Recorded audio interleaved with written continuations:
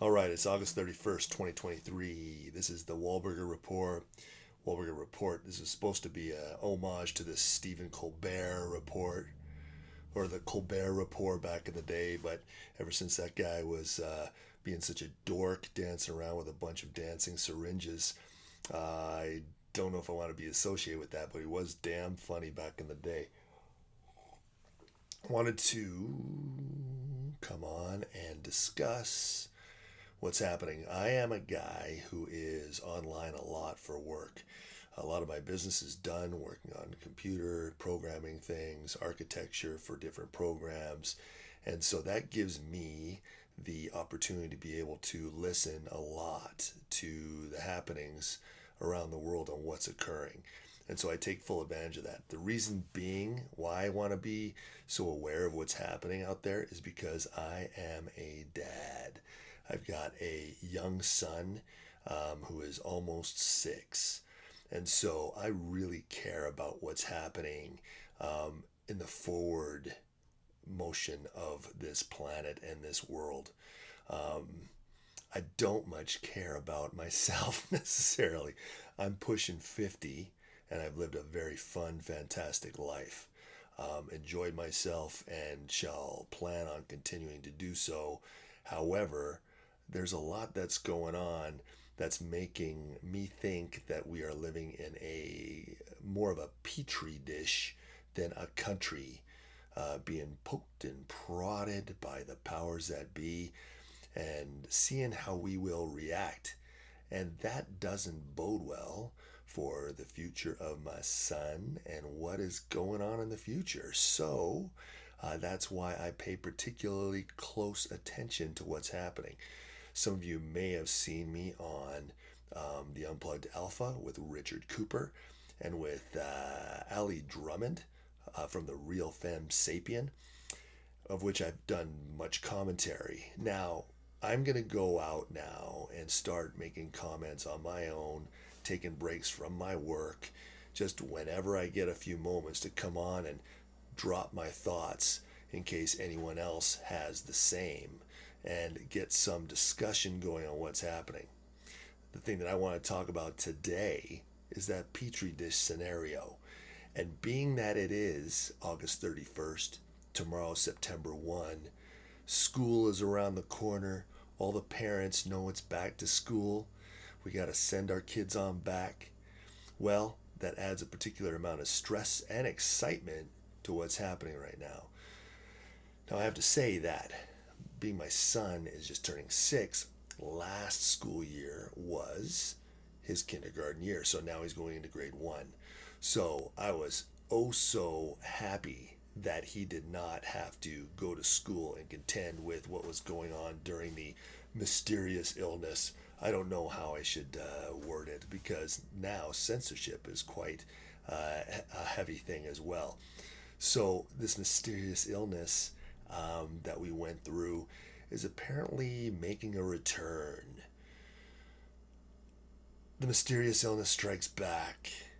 Now, there's been a lot of evidence stating that how we responded to that with lockdowns and masks and so on and so forth may not have done so well for us medically and didn't have a lot of benefit, but also created a lot of negative situations, particularly with young children and being able to communicate.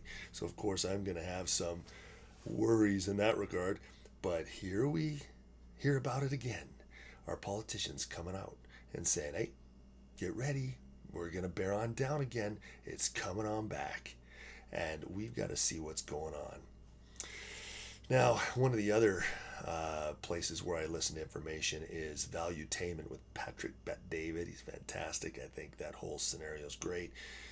And so that's one of the reasons why I'm coming on here to talk, because he has said, you know what, people need to come on and start discussing the things that are most important to them and not be afraid of putting their opinions out there, because you might not be the only one. So that's one of the reasons why I'm here, because I care about what's happening going forward. And I do feel like this is a little petri dish scenario, which really keeps people in their homes, away from each other, not able to do the particular things that they're supposed to do. As these whispers come out, one thing that I'm not hearing about the response to the mysterious illness going forward isn't how to take care of yourself, just like the last time. Get exercise, eat well, get sun, get outside, get fresh air. None of that is happening. Now it's all back to the old syringe and dealing with that. I don't think that that is the best way to do it. So what is the motivation of all this? And some might say, listen, this is a dangerous health situation. I understand that. I am not an anti-vaxxer. I am a pro-body autonomy-er. And I will tell you what my vaccination status is at some point in time. It really is no one's business, but I don't really, think I need to hold it back either. So if people are interested, you can let me know. Different things are happening too in that it kind of adds to the motivation of what's happening. What occurs with this mysterious illness and what happened before is that we had many small businesses go under, many large companies make a lot of money, and a lot of people made a lot of money, and particularly companies that were passing out those syringes. So there's a lot of motivation there in that regard. And so it seems like there's an effort to really keep people apart, keep people separate. And if it would make people safer in a concrete way, that's one thing. Now that we have past experience to build upon and see, that's another. So just something to kind of put a little icing on the cake of this little crap cake is something that if you believe in the mysterious illness and what's happening, okay, I got you there. Now we've got a travel advisory coming out of Canada to the United States for LGBTQ people. So we're advising they don't go there because it is dangerous. The United States is our great neighbors to the south. I did say I'm Canadian, right?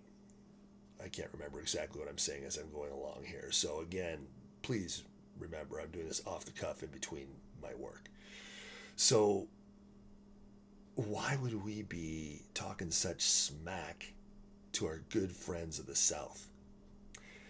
And this is a problem that I have, is that this whole scenario of dividing people, there's so much negative rhetoric in regards to people who don't agree with this type of scenario and keeping people apart. The end result of all this is keeping people apart, away from each other, in their homes, creating dissent between people.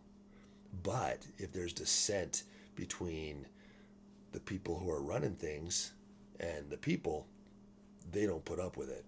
But what they want to do is garner dissent amongst ourselves, which is ridiculous. So anyway, I'm hip to this. I don't like the smell of it. I don't like having the school year start off and have these whispers occur, seeing that this may happen again. I don't like it. There doesn't seem to be anything that should be raising our ire at this moment in time, yet there seem to be those who are far more than happy to get people amped up about it. So, this is my discussion for the day. Please comment. Tell me what you think. Am I blowing this out of proportion? Is this something that you're worried about when you're sending your kids back to school? Let's see what's going on here. And let's keep on top of things. That's what our jobs are. Me being, like I say, the 50-year-old dad of a young boy, my job is to keep on top of these things so I can help architect the world that he's going to be coming up in. So please comment, like, and subscribe. Reply with your thoughts. And keep on top of things. We'll chat with you soon.